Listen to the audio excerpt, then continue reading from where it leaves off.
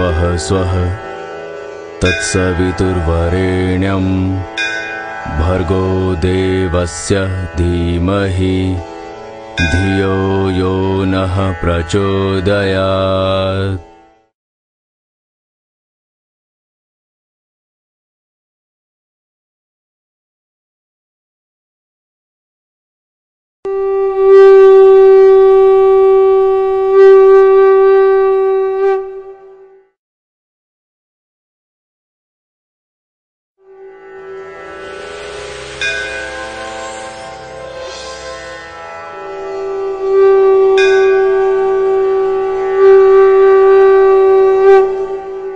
भारत, बिहार को भारत की धड़कन कहा जाए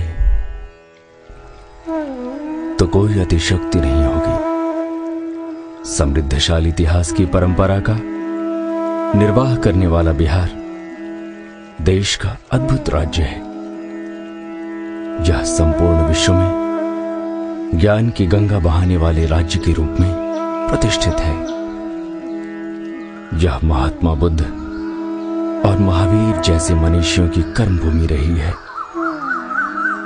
यहां नालंदा और विक्रमशिला जैसे विश्वविख्यात विश्वविद्यालय हुए, जहां से आध्यात्मिक तरंगें निकली और जिसने संपूर्ण विश्व को आलोकित किया।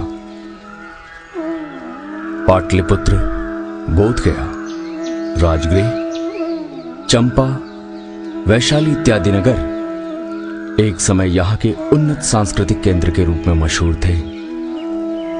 इनमें वैशाली जहां गणतंत्र की जननी के रूप में प्रतिष्ठित है, वहीं पाटलिपुत्र ज्ञान, विज्ञान, राजनीति, कला एवं संस्कृति आदि सभी गतिविधियों के केंद्र बिंदु के रूप में आज भी प्रशंसित है। पाटलिपुत्र का विशाल राजप्रासाद आज भी वास्तुकला के क्षेत्र में आधुनिक कलाकारों के लिए शोध का विषय है। प्राचीन मगध साम्राज्य का उत्थान यहीं हुआ, जिसकी नींव पर ऐतिहासिक मौर्य साम्राज्य की स्थापना हुई। बिंबिसार, अशोक, अजातशत्रु, चंद्रगुप्त मौर्य जैसे शक्तिशाली और यशस्वी शासकों के कारण बिहार की विशेष पहचान स्थापित हुई। राष्ट्रीय आंदोलन की नींव भी बिहार में ही पड़ी। 1857 के प्रथम स्वतंत्रता संग्राम में वीर कुंवर सिंह ने पूरे भारत के क्रांतिकारियों के लिए प्रेरणा स्रोत का काम किया। राष्ट्रपिता महात्मा गांधी ने अपनी अहिंसक क्रांति की शुरुआत बिहार के चंपारण से की। लेकिन यही बिहार बाद के दिनों में अपनी इस उपलब्धिपूर्ण विरासत के क्षरण को नहीं रोक सका। जिस सामाजिक भाईचारे और सांस्कृतिक वैविध्य के लिए यह भारत को विश्व गुरु बनाने में सहायक रहा था, उसी का यहां क्रमेण लोप होता चला गया। बाढ़ और सुखाड़ की प्रतिवर्ष मार झेलने वाले इस भूखंड से गरीबी ने ऐसी गलबाही की कि यहां रोटी, कपड़ा और मकान के लाले पड़ गए। बदनसीबी ऐसी कि जो गरीब थे वे लगातार और गरीब होते चले गए। सरकार के लाख प्रयासों के बावजूद अशिक्षा का प्रतिशत तुलनात्मक दृष्टिकोण से एक बड़ी खाई के रूप में दिखती रही। यद्यपि अन्य प्रांतों की तुलना में बिहार को एक पाठक प्रदेश के रूप में सदैव ही प्रतिष्ठा मिलती रही। आंकड़े गवाह हैं कि शिक्षा का प्रतिशत कम रहने के बावजूद यहां काफी किताबें बिकती हैं। शायद इसी की तह में इसकी सृजनशीलता की जीवनी शक्ति छिपी हो। बावजूद इसके बिहार के युवाओं में पिछले कुछ एक वर्षों में नैतिक स्तर पर कई प्रकार के ह्रास देखे जाने लगे। लेकिन नहीं, कहानी यहीं खत्म नहीं होती। गुरु श्रेष्ठ पंडित श्रीराम शर्मा आचार्य के ही शब्दों में, परिवर्तन के लिए समर्थ साहस की अपेक्षा की जाती है। संसार में साहस मिट गया है, यौवन की उमंगें भीरुता ने ग्रस ली हैं। हम स्वयं को इस कलंक से कलंकित ना होने देंगे, और कोई न सही हम अकेले ही आगे बढ़ेंगे, बढ़ रहे हैं, वहां तक बढ़ते जाएंगे जहां तक कि प्रस्तुत अवांछनीय परिस्थितियों, विडंबनाओं और विचारणाओं का अंत न हो जाएगा। युग को बदलना है, इसलिए अपने दृष्टिकोण और क्रियाकलाप का परिवर्तन साहस या दुस्साहस पूर्वक करना ही होगा। इसके अतिरिक्त कोई मार्ग नहीं है। पटना अर्थात आर्यभट्ट की धरती, कुसुमपुर अर्थात गंगा किनारे बसे पाटलिपुत्र के कुछ युवाओं ने बिहार के युवाओं को बदलने की एक ऐसी मुहिम छेड़ी कि आज इसकी अनुगूंज बिहार के बाहर भी सुनाई देने लगी है। वर्ग हम साथ समय के, युवा वर्ग हम साथ समय के, चलकर स्वयं दिखाएंगे। हम संस्कृति के लिए विवेकानंद स्वयं बन जाएंगे। हम संस्कृति के लिए विवेकानंद स्वयं बन जाएंगे। युवा वर्ग हम साथ समय के, युवा वर्ग हम साथ समय के, चलकर स्वयं दिखाएंगे। हम संस्कृति के लिए विवेकानंद स्वयं बन जाएंगे। हम संस्कृति के लिए विवेकानंद स्वयं बन जाएंगे। मैं अकेला ही चला था मंजिले जानिब, मगर लोग साथ आते गए, कारवां बढ़ता गया। होनहार युवाओं की एक छोटी सी टोली अपने सीमित संसाधनों लेकिन असीमित इच्छा शक्ति के साथ आगे बढ़ी और इनके साथ युवाओं की एक लंबी श्रृंखला जुटती चली गई। आज प्रज्ञा युवा प्रकोष्ठ न सिर्फ इस शहर की बल्कि बिहार की एक प्रतिष्ठित संस्था के रूप में लोगों के मन प्राण में स्थान बना चुकी है। अखिल विश्व गायत्री परिवार से संबद्ध प्रज्ञा युवा प्रकोष्ठ एक ऐसे मिशन पर है जिसका मुख्य लक्ष्य युवाओं के माध्यम से एक आचरणशील और सामर्थ्यवान समाज का निर्माण करना है।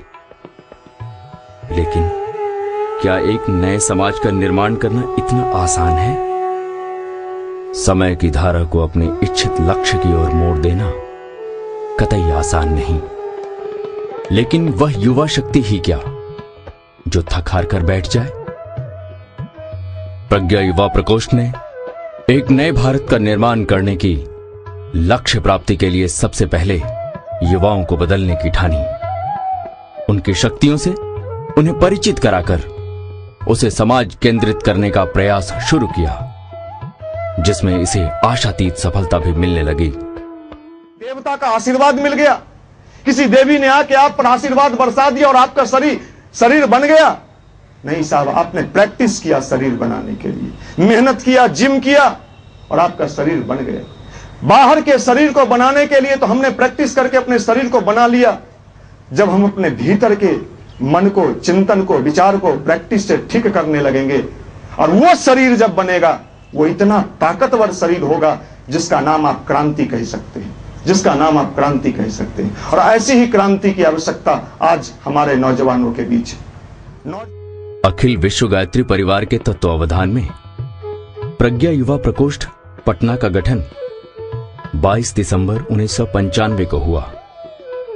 प्रज्ञा युवा प्रकोष्ठ अपने आप में एक विराट एवं महत्वपूर्ण प्रकोष्ठ है। प्रज्ञा युवा प्रकोष्ठ युवाओं द्वारा संचालित अखिल विश्व गायत्री परिवार की इकाई है। यहां सामूहिक साप्ताहिक साधना शिविर का निःशुल्क आयोजन किया जाता है। सामूहिक साधना शिविर का यह आयोजन प्रत्येक रविवार की सुबह 8 बजे गायत्री शक्तिपीठ पटना की छत पर किया जाता है। इसमें राज्य के विभिन्न क्षेत्रों से सैकड़ों विद्यार्थी भाग लेते हैं। 4 से 5 व्यक्तियों को लेकर शुरू किया गया यह प्रकोष्ठ आज हजारों युवा साथियों का समूह है। यहां युवाओं में क्रांति की मशाल जलाई जाती है, जो समाज के लिए अनुकरणीय हों, पथ प्रदर्शक हों, बुराइयों के कट्टर विरोधी हों तथा भारतीय संस्कृति एवं वैज्ञानिक आध्यात्मवाद के समर्थक हों। इस शिविर में आने वाले सैकड़ों नवयुवक एक साथ सामूहिक ध्यान करते हैं, जिसमें उन्हें गायत्री मंत्र की महत्ता और इसके प्रभाव के बारे में स्वतः अनुभूति होने लगती है।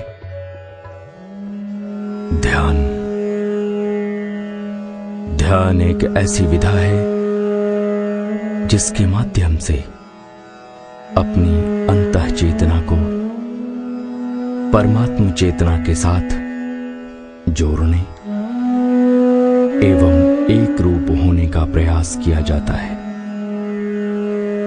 भाव भूमिका बनने पर परमात्म चेतना साधक को स्थूल सूक्ष्म कारण शरीर को ओजस्विता, तेजस्विता